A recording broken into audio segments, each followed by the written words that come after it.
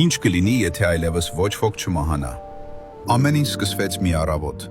Ամբողջ աշխարհի բժիշկները նկատեցին անհնարինը, մարդիկ դադարել էին մահանալ։ Վթարներ, հիվանդություններ, ծերություն, այլևս ոչինչ չէր գործում։ Սիրտը կարող էր կանգ առնել, բայց մարդը միևնույն է շարունակում էր ապրել։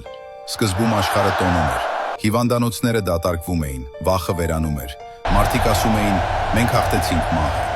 Բայց մի քանի տարի անց ամեն ինչ փոխվեց։ Երկրի բնակչությունը խելահեղ արագությամբ աճում էր։ Քաղաքները գերբնակեցվեցին, տները կառուցվում էին իրար վրա, սնունդն ու ջուրը սկսեցին չբավականացնել։ Ծերերը, ովքեր արդեն 120-ից մինչև 150 տարեկան էին, շարունակում էին ապրել, բայց նրանց մարմինները ավելի ու ավելի էին թուլանում։ Նրանք չէին կարող մահանալ, նույնիսկ եթե իրենք դա ցանկանային։ Բանտերը հավերժ լցված էին։ Պատերազմներն ավելի սարսափելի դարձան։ Վիրավոր զինվորները չէին մահանում, այլ հավերժ տառապում էին։ Տասնամյակներ անց մարդիկ հասկացան սարսափելի ճշմարտությունը։